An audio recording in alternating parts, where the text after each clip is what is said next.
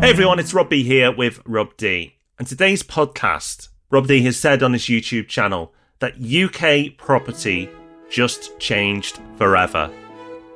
Let's find out if it really has.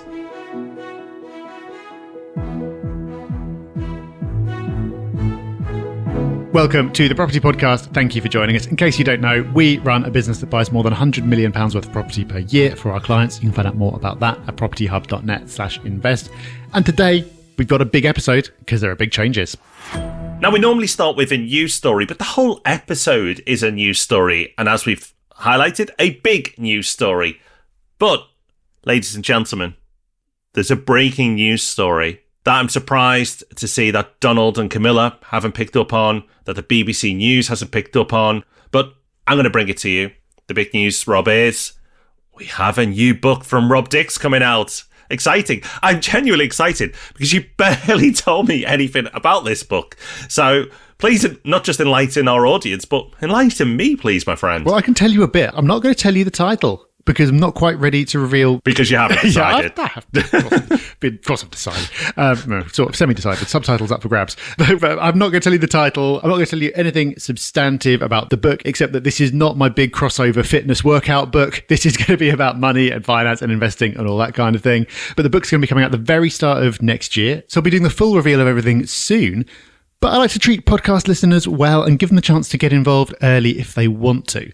So something that I'm doing this time around that I've never done before is I'm building a launch team. So I'm looking to build a team of people who are super keen and enthused, want to pre-order the book early to give it some momentum, and then commit to leaving a review when it comes out to give the book its best possible launch. And what I'm doing in return for those people is I'll send you a sneak preview chapter straight away so you can get a feel for the book.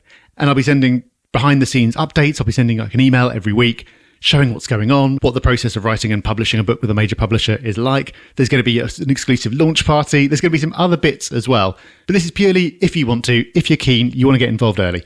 If you don't want to do that, not a problem. You can just wait and find out more on the podcast in the future. But if you do want to get involved, all you have to do is go to propertyhub.net/launch. So that's propertyhub.net/launch.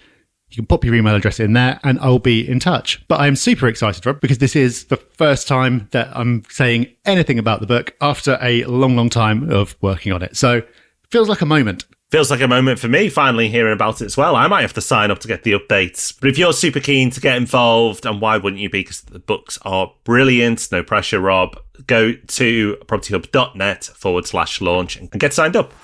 Right, Rob, this episode wasn't meant to happen. This episode was just meant to be a YouTube video because you felt that the Property Renters Act, which I still struggle to call it because I'm still on Renters Reform Bill. But anyway. You got it right again. It is the Renters' Rights. What did you call it a minute ago? I don't know, but it's Renters' Rights Bill. Renters' Rights. Let's go with... I'm sure before the show you said it was something else. I hope you've got it right on the YouTube channel. Anyway. I was setting you up. Yeah. Anyway, the point is, it actually turned out there was a lot to discuss. And it's important that everybody understands what's happening. And that's been reflected on YouTube as well, because not only has it got over 100,000 views and it's climbing and climbing, who knows where it'll be when the podcast goes live. Check out our YouTube channel, search for Property Hub. Make sure you subscribe as well. That's what the YouTubers say, Rob. Subscribe. Like and subscribe. Like and subscribe. Smash that bell, whatever it is. Smash the bell. So do all those things when you go there. Don't go to the comments section because there's over 1,000 in there and some of it's a bit crazy. But the point is, the reason it's been so well received is the fact that there is a lot to this. It's not just a name change and there are meaningful updates. So I think it's important that we do recap on some of the main points so people know what is happening because that is really important, but also talk about the changes. And Rob, I want to start with no-fault evictions because that is one of the things that has got people pretty riled up about the whole act. So I feel let's set the record straight. We know what is happening, so let's inform everybody. Yeah, this is the cornerstone of the whole thing. And we knew, obviously, that there would be something about no-fault evictions in there because that was a justification for doing the rental reform in the first place. So as before, when the Conservatives were trying to bring this forward, all tenancies will be open-ended. There'll be no fixed terms anymore. You're not going to be signing someone up for a year. You're signing someone up indefinitely. And that tenancy will run on until either the tenant decides to leave by giving 2 months' notice, or you have a valid reason to end the tenancy. So what might those valid reasons be? Well, there's plenty of them, but there's probably 2 big ones that people are going to be thinking about the most. The first is, well, what if I want to sell the property? can I get the property back? The answer is yes, you can, but you've got to wait a bit. And this is a big, big change from the conservative version, because you can only get the property back if you want to sell it, or if you used to live there before, to move into it yourself, after the tenancy has been running for a year, and you need to give 4 months notice. So if you rent out a property today, you have a change of heart tomorrow, you've got to wait for a year and then give 4 months notice before the tenant has to leave so you can sell. We'll come on to talk about asking someone to leave because of rent arrears, Rob, which is probably the other big one. But I'm interested in hearing your reaction to that change, because it is a significant one. It is, but I'm quite comfortable with this because in most circumstances, you want your tenant to stay as long as possible. I'm really happy when my tenants stay or renew for a longer period, because you don't have void periods and it's just hassle, and it's something that has to be dealt with. And yes, I'm not super hands-on, so I don't deal with it personally, but a lot of people are hands-on with their portfolios. So I think this will be generally considered an okay thing. I don't think this will scare too many people. I mean, what landlord or property investor in the right mind is wanting to chop and change their tenants every 12 months? You don't want that, because it comes at cost. You have to let that property out. You then paying the letting agent. It's not something that I'm particularly ever keen to do, or any right-minded investor would do. So I'm comfortable with this. 4 months notice, I think that's fair. 4 months notice for somebody's home. Remember, this isn't a car. This isn't some clothes you've lent somebody that you want back. This is their home. I think 4 months is a reasonable time. 4 months goes quite quickly. So if you are wanting to sell, 4 months, I think, is fairly reasonable, and it doesn't increase over time. So if you've been there 5 years, it doesn't go up any further. So I think 4 months is fair and reasonable, in my opinion. There will be people that think it's too generous, but I try to look at this from a balanced perspective, and I think this is reasonable. Yeah, I completely agree. I think I might have said something similar in the video. I think people will get very het up about this because there is a big contingent of people who've got the view, it's my property, I should be able to do what I want. And well, yeah, I know. But like you said, Rob, it's someone's home. And I think when you are investing in property rather than choosing to invest in virtually anything else, there are benefits that come along with that, but there are things that you have to be conscious of as well, just to be a reasonable person. So I think people will get het up about this, but for me, it's not a big deal. And it could have been worse. It's 6 months in Wales, I believe. But I think this will affect accidental landlords more. For people who are investing seriously, it doesn't really make much difference because, well, how often do you want to sell anyway? But if you're an accidental landlord, you've moved out, you're not sure when you're going to want to move back in, or if you're going to want to sell, when the right time will be to sell, maybe something forces a change in circumstances, then it's more tricky. So I can see this being an issue there, but not for the majority of listeners to this show. With all these things, Rob, you can quickly start to see workarounds or loopholes. And I'm not suggesting anybody do this, but it'd be interesting to see if there's enough detail and depth in the Act that would cover a scenario like this. But let's say I wanted my tenants out. Maybe we've fallen out, for example. They're not behind with rent, but we've fallen out and we don't like each other anymore.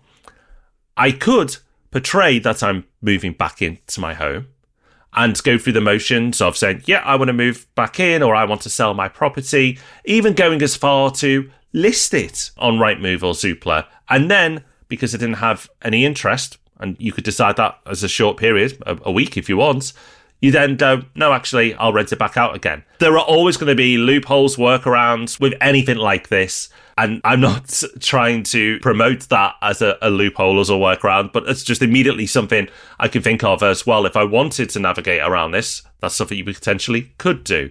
So it's going to be interesting to see how they deal with those nuances and if it actually becomes enough of a thing that they want to deal with situations like that. Yeah, I'm sure there will be things like that happening around the edges for sure. And it's one of those where I think if that happened and someone decided to make a thing of it, they could come back and report you and take action against you retrospectively. How often is that going to happen? I don't know. But there will be situations like that, I am sure. But like I said, that's only going to be an issue for a minority of people. Something that I think everyone is going to be concerned about to at least some degree is rent arrears. Because if you remember, no-fault evictions are not supposed to be anything to do with rent arrears. It's supposed to be, I want my tenant to leave for no reason whatsoever. But there's always a reason. Like, there is never no reason whatsoever. So in practice, people have used no-fault evictions in situations where there are things like rent arrears. And now that's not going to be an option. So if you've got a tenant who isn't paying, you're going to have to go through the court process. And the only way that the judge must ask them to leave, it's a mandatory ground, is if they have serious rent arrears. Serious rent arrears used to be 2 months. That's now being extended to 3 months under the Renters Reform Bill. And the notice period has been increased as well. So now you need to wait until they've been in 3 months of arrears for 4 weeks. And at that part, you can start the legal process. And I think, Rob, out of all of this is where people probably have the most cause to be concerned, because if you have got someone who's not paying, then just to start action, that's quite a long time. But then actually going through the court process, that takes a very long time now. And presumably, if more people are going to be using the court system, because it's the only way, it's going to take even longer. So you don't want to have a tenant who's not paying now. You really don't want that once this comes into effect. Yeah, this is the bit I'm most unhappy with in the whole bill. I think what we have in place already is more than generous, because you just have to wait so long before even starting the action. And what I've found with some crafty tenants is they keep it around that limit. So they just about get it back into 2 months, which will become 3 months of debt, rather than going over, so the action isn't started. And I believe, and I might have this wrong, but I believe actually during the process, if they get it back under the 3 months or the 2 months currently before going to court, then it won't go through. So they could mess you around, and hopefully that loophole will be closed. We talked about workarounds on the landlord side. Well, that's a workaround on the tenant side if you're trying to play the game. Realistically, you're looking at 4 months, really, at the quickest point possible to get somebody out. But realistically, it could drift to 5-6 months. And I think this is a lose-lose situation, because I, for one, will not take a view on a tenant moving forward, which I have done in the past. Sometimes it's worked out well, and sometimes it's been to my detriment. But I won't do that anymore, because with these laws in place, it's too much of a risk. It's too much of a gamble. And I think that really goes against people who have maybe okay credit or okay history, but not stellar, not necessarily a car crash when it comes to their finances, but they've made mistakes in the past. I think for that group of people, this actually hurts them as well, because any switched on landlord will say, no thanks, I'm sorry, but it's not worth the risk, unless they can find another way to protect themselves. But we are capped with what you can do in terms of deposits. I don't like this one. What I think it might make me do moving forward is consider insurance. And I've not been one for insurance for the entire time of this podcast. I know you've kind of gone through waves with insurance, Rob. But for the first time, I'm now thinking, well, actually, maybe I do want some sort of insurance to protect me against rental arrears moving forward, because it could become very costly. Yeah, and presumably the insurance will get more expensive too, because there's going to be more to insure against. It'd be interesting to know if there are products that you can get that are cheaper, that just backstop you against really long delays. So you go like, okay, worst case, I could deal with 6 months, but I don't want to do any longer than that. I'd be interested to know if there are any products, or if there will be any products that will give you that kind of coverage at a lower cost. That's really interesting, like an excess with cars. Yeah, exactly. So I'd like to think that the solutions like that will come up. But yeah, it's going to be very interesting to see how this plays out, especially at first when all of this is new. There's one bit in the guidance notes that go along with all this where it says something like, we expect that in the long term, our reforms will reduce pressure on the court system. It's like, how? In what world do you think that's possibly an option? You're forcing more people to go down this route. Of course, that's not going to be the case. And you might remember that from the last time this is being talked about, there was a debate about whether they should wait until the courts have been reformed and improved before doing this. A cross-party parliamentary committee told them that they should do that. That was all ignored. So it's just going ahead. We'll have to see how it works out. But again, Rob, completely agree. If you're in a position to be picky, you'll just have to be ultra picky. And again, most listeners to this podcast, because there is a lot more demand than supply, will be able to do that. But it is the lower end of the market. Well, I know people who operate at the low end of the market where people not paying for periods of time is just the cost of doing business. And that's just how it is. You work it into your calculations. It's all good. But those calculations are going to be shifting now, and it's going to be a lot more problematic. So we'll have to see how that pans out. So it may have crossed your mind, well, if my tenants are going to be staying a lot longer now, or hopefully a lot longer, they have the ability to stay a lot longer, what happens about increasing the rent? Well, the good news is, Rob, you can do it. And the bill says you can only do it once a year. But I don't ever recall moving a rent more than once in a year, ever, in all the years I've done this. In fact, I know I haven't. So that might sound like it's a restriction.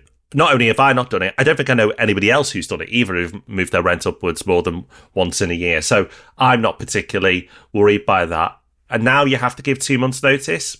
I think that's okay. It's not the end of the world as far as I'm concerned. What's interesting, though, is that the rent increase can be challenged. Yes, you can. You can only increase the rent once a year, and you can only increase it to the market rent. Now, they go to great lengths to point out in the notes that this is not rent control, and it's not. They specifically talk again about how they have no plans to introduce rent control because they know how spooked people are by it. So they're not saying you can only increase it by such and such a percentage or whatever. You can increase it to whatever the market rent is at the time. But the tenant might believe that you've increased it to above the market rent. They might think you've just jacked it up because you want to get them out for some reason. So you're trying to use the rent as a tool to bring the tenancy to an end. If they do believe that, they can take it to a tribunal. And this is something that exists now. There already is a tribunal. It's only used in a very small minority of cases, but this potentially is going to start being used a lot more, especially if awareness of it increases. Now, I personally don't think this is the biggest deal because in reality, I don't know anyone who ever seeks to increase the rent, like you said, by more than once a year or to more than the market rent. In fact, we hear from a lot of people who've kept their rent artificially low and are then struggling to make it up later. I think the only thing with the tribunal is that it's potentially a way of delaying a rent increase because you have to give 2 months notice of the increase, but then it can only come into effect once the tribunal has made their decision. So let's say that takes a couple of months. You can't then backdate it again. So if a tenant wanted to be cheeky about it, it's a way of basically getting an extra couple of months at the old rent. And how long will the tribunal take? Who knows? Because what kind of resources and funding are being put into this? I have no idea. Probably not much. So it's possibly that this will get gigantically backlogged when it first comes into effect. We have no idea. But it's going to be an interesting one to keep an eye on. I think the tribunal is there to stop another workaround, which would be, I want my tenant out, so I'm just going to triple the rent.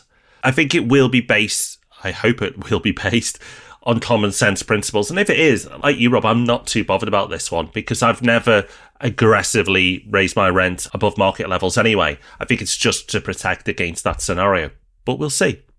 And another one, Rob, where I think workarounds are almost certainly going to happen is that you can no longer have a bidding war when it comes to getting your property let. In fact, you can't accept any offers above the asking rent. So correct me if I'm wrong, Rob, but this is new. It is, yes. This bit is new, and I got this completely wrong because they were trailing in advance getting rid of bidding wars. And I thought that was just going to be like, oh, that just means there'll be something in there saying that you can't encourage bids above the asking rent. But no, you can't invite or accept anything above the asking rent. So you have to market the property at a rent, and then that is the upper limit. So people can offer below that rent, as indeed they do now. That's perfectly normal.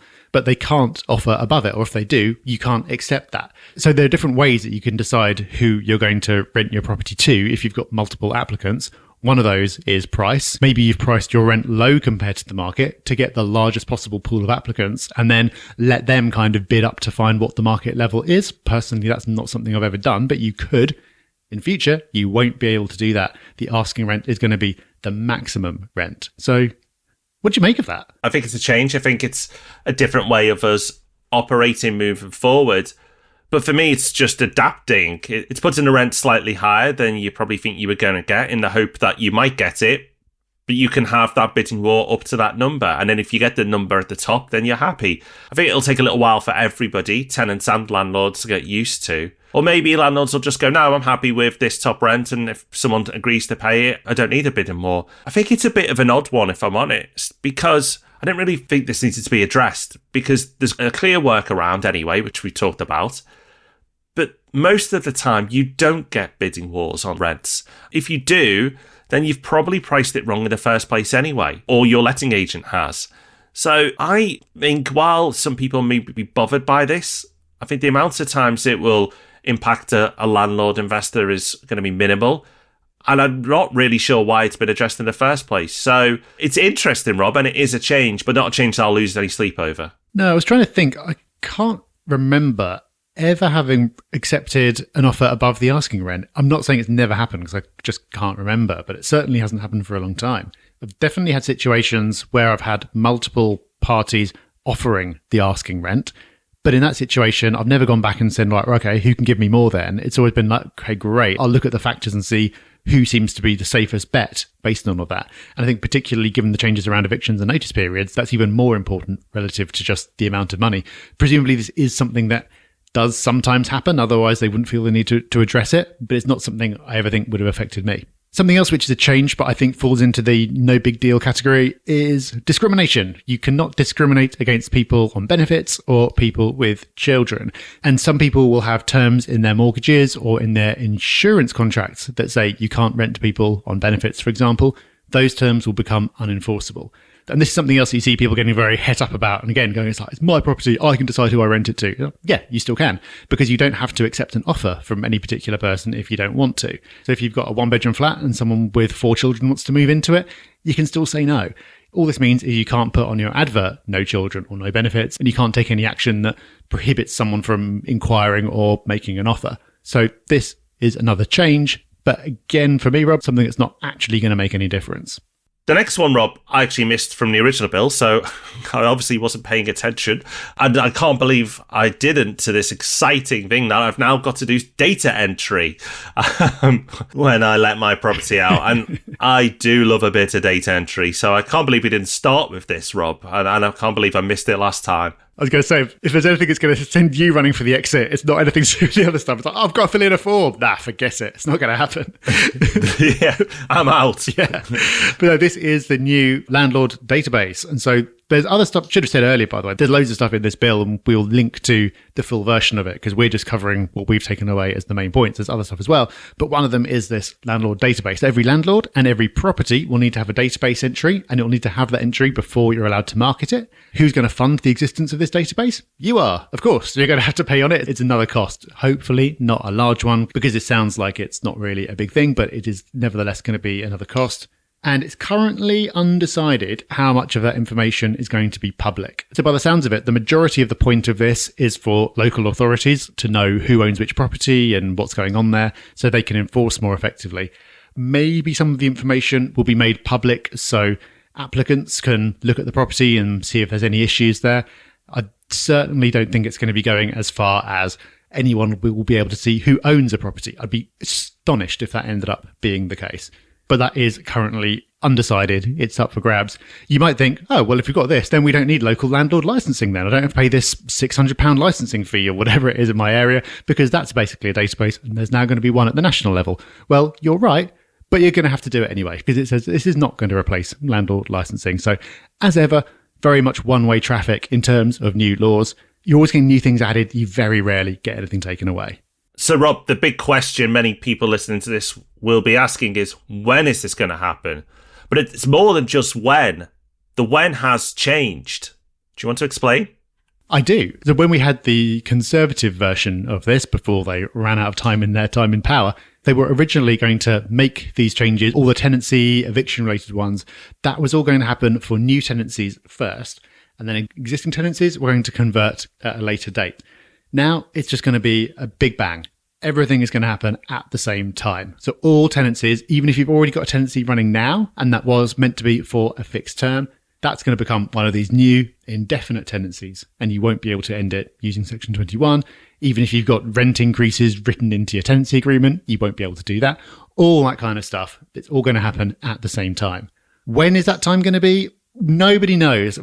Everything that we're talking about can still be amended. It's probably not going to be significantly amended because this is a Labour proposal and they've got a big majority. So I can't see that they're going to want to make too many changes from what's there now. But it does still have to go through the full parliamentary process. They've talked about wanting to have it done by summer next year. So maybe summer next year is when this will come into effect, but we really don't know. They've also, as is normal, set it out in parts. So there are bits of this, like the property database, that might take longer to come into effect just because it takes longer to set everything up. So that might have an implementation date that's a couple of years out. We don't know. But the first thing that they're going to want to get done, because this was their promise, is all the no-fault eviction stuff. And best guess, Rob, at the moment is summer next year, but we're going to have to wait and see. So what should you make of all this? There's a lot to it, right? And that's why Rob's had to put another YouTube video out. And remember, search for Property Hub, go and like and smash and all those things. But watch the video as well to help this really sink in. But while you're here, let's try and pick this apart. What does it mean for you? I think, Rob, the big one for me, and I touched on this as we went through the changes, is how picky landlords will be moving forward, because it's such a risk now. Because if you get it right, this is actually great. I'm happy with it all when it's going right. But when you get it wrong, it's painful.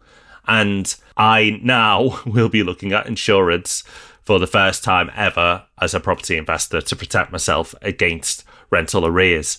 And I don't think I'll be the only one, Rob. I think a lot of people will move that direction as well. I think so. And there's an element of we'll have to wait and see how this pans out, because maybe there is a good version of this. If it really was, well, you have to wait a few months and then you send off your court documents and a couple of weeks later, bing, there you go. Then, okay, I can deal with that. That's not so bad. But that feels like a very long way from being the case. At the moment, even using the Section 21 process, the thing that's meant to be the quick and easy way of getting rid of people that everyone does on a whim, that can easily take 9 months end to end. If the tenant holds on for the bailiffs to come, and the bailiff system's under pressure as well, it can take 9 months. In some parts of the country, it takes longer. And that's meant to be the non-contentious, no need to go to court type way. So you can imagine how long it could potentially take, especially at first when the courts are overwhelmed and everyone's trying to get to grips with this for the first time. So I think it's worth putting this into perspective. With all of this stuff, we're always talking about edge cases. We have reasonable sized portfolios. We've run a letting agency that had hundreds of properties under management. You do get rental arrears. You absolutely do.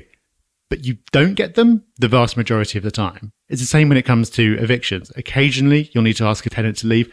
The vast majority of the time, they decide to leave and you'd rather they didn't. So I think it's easy to see this in black and white and get freaked out by it all, but forgetting that the vast majority of the time, it doesn't happen. But when it does happen, like you said, the consequences are more severe. And so I'm going to be getting more picky as well. I'd rather have a property empty for another few weeks than get the wrong person in there. And I'm sure that's the same calculation that a lot of people are going to be making. But I think it's also important to point out that you shouldn't get too wound up by this. It's easy to get wound up by things like this. It's very easy to be emotional on any level. You know, you don't have to be kicking the walls, but you could be frustrated, mildly frustrated with all of this. Something we've said about property investment over the years is it's a business. And in business, things change all the time. And sometimes it gets a bit harder to operate in a market or environment. But all I'm realistically going to have to do now is make sure that I continue to pick good tenants and don't take any risks and get insurance. That's my adjustment. In the grand scheme of things, that isn't that big of a deal. People will make this a bigger deal than it is because people hate change. I can assure you, after running a business for a long time and managing and employing a lot of people and starting and closing businesses over time, people hate change. They just don't like it. But you know what happens? People adapt. And the market will adapt, Rob. I have no doubt that while this is big news today, in 2 years' time, it'll be barely talked about. That's my prediction. I completely agree with that. We've seen it in other areas. Scotland had a major change back in 2017, 18, something like that. Can't quite remember, where lots of changes very similar to this came into effect. And the world kept turning. The rental sector in Scotland is not great now, but that's because of rent control. That's where they've gone further. When all this kind of thing happened, there was lots of heat about it, but it was ultimately no big deal. Everyone got used to it and adapted, like you said.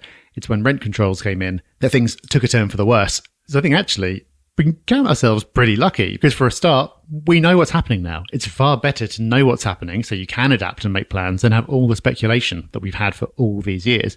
And there isn't any rent control in there. There isn't any hardship test where you might not be able to evict anyone, whatever they did, if it was going to inconvenience them, things that were rumoured in the run-up. So I agree. Once this all beds in, this isn't something we're going to be talking about much. But I do think for some people, this will be the final straw. Because people hate change, because people get emotional about it, because people are getting to the stage where they would have been ready to exit their portfolio soon anyway. I think this could be the reason/excuse for that to happen for some people. So I do think we will see an acceleration in the short term of the trends of landlords choosing to sell up. But I don't think we should extrapolate from that, oh, this means we should all be selling up. Because no, that's a specific group of people who are in a specific situation that most of us aren't in. So that's my prediction to throw into the mix. I agree with you that the market will adjust, but I do think we'll see an uptick in the number of landlords deciding to put their properties up for sale in the short term. And what will that mean? Rental increases, because less supply. It's simple supply and demand. So if that happens to a meaningful level, then the people who remain in the market will get stronger returns. So You know, you don't have to follow people out the door. You'll be rewarded by staying in the market. But I do think, Rob, there's a natural time for people to leave the market. And this, as you say, could be the nudge they needed to move on. And they've done property for a few decades. They've had their returns and their rewards. And they're just like, yeah, I'm done now. And I completely understand and respect that. But for me, as somebody who plans to be active in property for a long time to come yet, does this make me question what I'm doing? Not even a little bit. Not even a smidge. It's just something to adapt to.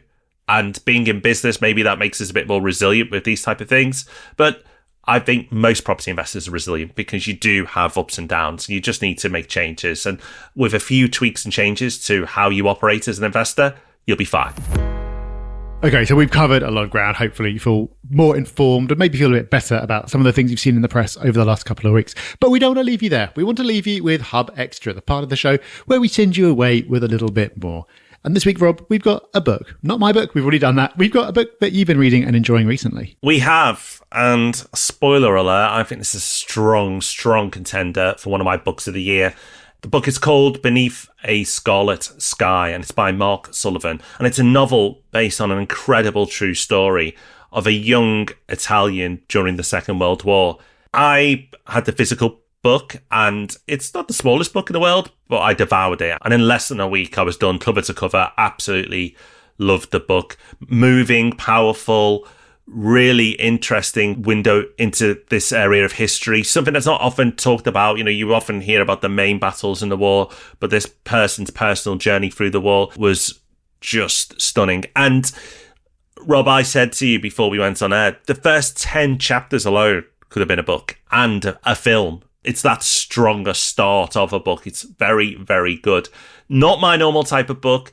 So because it's not my normal type of book, I felt I had to endorse it. I had to give it a recommendation on Hub Extra, because if I moved out my normal genre and loved it, I'm sure if this is not in your normal genre, you will probably enjoy it as well. So Beneath a Scarlet Sky by Mark Sullivan. Check it out. I will be doing so. So that is us done for this week. Thank you for joining us. Hope you enjoyed this week's show. We will be back next week to do it all again. And if you haven't already, make sure you're signed up to our free weekly newsletter, propertyhub.net/pulse, where we'll keep you updated with the progress of everything we've talked about today. Any changes that come up, you will be the first to know about it. Thanks for listening. We'll see you soon. Bye-bye. Bye-bye.